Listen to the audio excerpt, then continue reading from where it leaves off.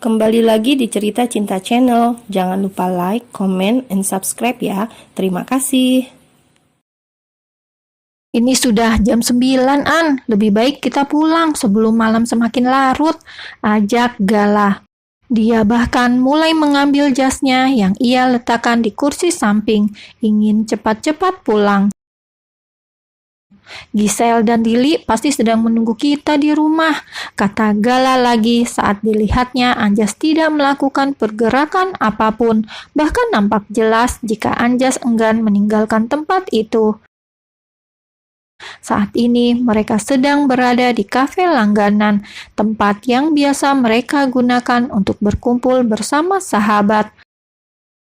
Anjas, Gala, Giselle, Lily, Usman, dan Robi adalah sahabat satu SMA. Keenam orang itu sudah layaknya keluarga.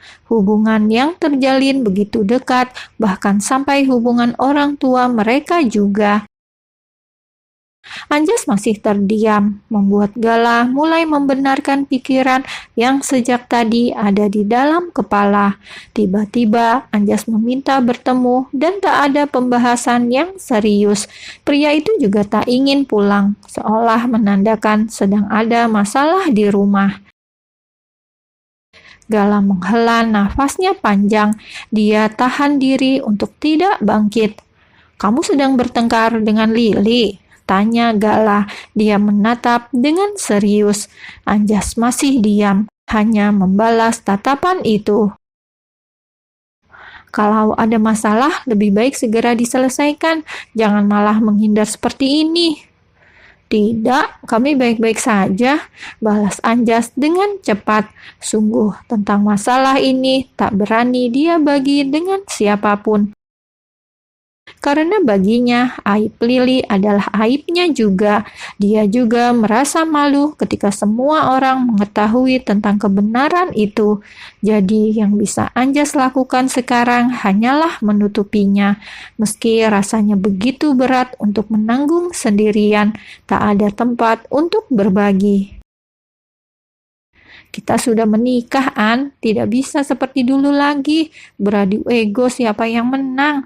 Sekarang yang harus kita lakukan adalah menekan ego, lalu membicarakan semuanya dengan istri," ucap Gala. Meski tak tahu masalah apa yang sedang dihadapi oleh Anjas, tapi dia hanya bisa mengatakan tentang hal itu.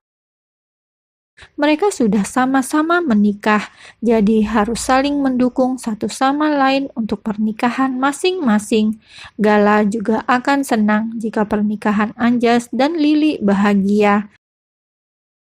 Dan mendengar ucapan Gala itu, lagi-lagi Anjas hanya diam. "Sudahlah, lebih baik kita pulang sekarang," putus Gala mantap. Dia juga langsung bangkit dari duduknya.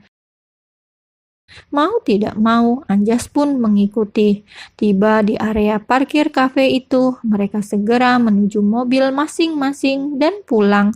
Anjas mengemudikan mobilnya pelan sekali. Hingga tiba di rumah, dia butuh waktu 1 jam. Jam 10, Anjas membuka pintu rumahnya dan Lily langsung mendengar. Jadi wanita itu langsung berlari ke ruang tamu. Benar saja dilihatnya sang suami tiba. Syukurlah, batin Lily. Dia paling takut jika Anjas tidak pulang. Jadi selarut apapun, Lily akan menunggu demi pikirannya sendiri agar tetap tenang. "Anjas," panggil Lily dengan lembut. Dia hendak menyambut dengan sentuhan lembut. Namun Anjas tetap berlalu dan mengabaikan dia. Lily tak marah, dia buru-buru mengekor. "Kamu sudah makan? Jika belum, ayo aku temani makan," ajak Lily. Di antara jalannya yang tergesa mengikuti langkah kaki sang suami. Anjas masih diam, dia justru berjalan menuju anak tangga dan naik ke lantai 2. Itu artinya Anjas ingin langsung menuju kamar, tidak ingin makan dulu. Lily tetap mengikuti. "An, malam ini kita tidur bersama ya?" tanya Lily lagi. Dia terus saja bicara.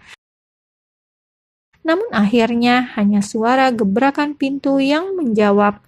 Brak! Anjas menutup pintu kamarnya dengan kuat sampai membuat Lili mematung di luar sana. Entah sudah berapa lama mereka terus tidur di kamar terpisah seperti ini. Anjas membuang nafasnya dengan kasar. Di satu sisi, dia sebenarnya merasa tak nyaman dengan pernikahan yang seperti ini, tapi mau bagaimana? Kini, tiap kali melihat Lili, hanya ada rasa kesal di hati. Di luar sana, Lili pun membuang nafasnya perlahan. Tidak ada apa-apa sayang, nanti lama-lama papa juga akan menerima kamu. Kita berdua harus sabar, ucap Lili bicara pada anaknya yang masih berada di dalam kandungan. Jam 7 pagi, Anjas keluar dari dalam kamarnya. Dia langsung menuju dapur hanya untuk minum air putih. Anjas sedang tidak berselera untuk sarapan. Namun saat tiba di sana, dia tidak melihat Lili, membuat pria itu sedikit mengerutkan dahi, karena biasanya Lili selalu ada dimanapun, selalu mengusik hari-harinya. Ibu sedang tidak enak badan, Pak. Beliau masih ada di kamar, ucap salah satu pelayan yang bertugas di dapur pagi itu. Meski tuannya tidak bertanya, namun dia merasa perlu mengatakan tentang hal ini. Tuan dan nyonyanya sudah pisah kamar, tak akan ada penghubung jika mereka pun tak campur tangan. Mendengar itu, ada bagian hati Anjas yang merasa sendu, cemas, namun ego mengalahkan semuanya. Wajar saja jika pada akhirnya Lili sakit, itu karena Lili mengandung anak haram tersebut. Anjas tidak bicara apa-apa. Pria itu kini telah berubah jadi sangat dingin, begitu irit bicaranya. Anjas hanya meneguk segelas air putih hangat dan segera pergi dari sana. Tanpa melihat Lili lebih dulu. Lili tidak bisa datang ke kantor karena kondisinya. Kabar tentang kehamilan Lili pun berhembus dengan kencang, sampai akhirnya terdengar di telinga ayahnya Anjas, Pak Irwan di Guna. Dan saat mendengar kabar itu, ayah Anjas langsung bergegas mendatangi ruang kerja sang anak. Dia terlampau bahagia, sampai rasanya tak ingin menunggu untuk mengetahui kebenarannya. Anjas, apa benar Lili hamil? Tanya Papa Irwan. Dia kini sudah duduk di sofa ruang kerja anaknya itu, menatap Anjas yang duduk di hadapannya dengan penuh harap. Dan mendengar pertanyaan itu, Anjas hanya mampu mengepalkan tangan kanannya dengan kuat, bingung mau menjawab apa. Dia seperti hendak menyampaikan sebuah kebohongan, meski benar Lili hamil, tapi anak itu bukan anak dia. Anjas, jawab dong, Papa sedang bertanya padamu, apa benar Lili hamil? Tuntut Papa Irwan pula. Jika kabar itu benar, maka akan jadi kabar paling membahagiakan untuk keluarga besar mereka. Dan di ambang kebingungannya itu, akhirnya Anjas terpaksa menganggukkan kepala. Pasalnya, Lili sendiri pun berniat melahirkan anak siang itu. Astaga, batin Anjas begitu kecewa, sementara Papa Irwan bersyukur penuh haru. Syukurlah, Papa akan segera memberitahu Mama dan Besan, kita harus buat perayaan. Oh iya, katakan pada Lili, nanti malam kita makan malam di rumah Papa.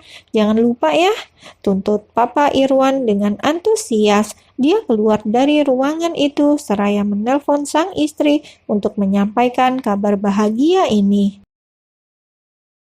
Mah, Lili hamil, ucap Papa Irwan. Anjas masih mampu mendengarnya sebelum akhirnya sang ayah benar-benar keluar dari ruangan itu dan Anjas rasanya ingin menghancurkan semua benda. Jahat kamu, Li, jahat. Aku sudah mengorbankan semuanya untuk mimpi kita. Tapi kamu malah mematahkan semua pengorbananku, ucap Anjas begitu frustasi. Baginya kini yang hancur bukan hanya mereka berdua, tapi juga seluruh keluarga, apalagi ketika kebenaran itu terungkap. Anjas mengusap wajahnya frustasi. Sedangkan di rumah, Lili berpindah tidur di kamar Anjas. Dia merasa tak enak badan dan terasa lebih baik saat mencium aroma tubuh sang suami yang tertinggal di atas ranjang itu.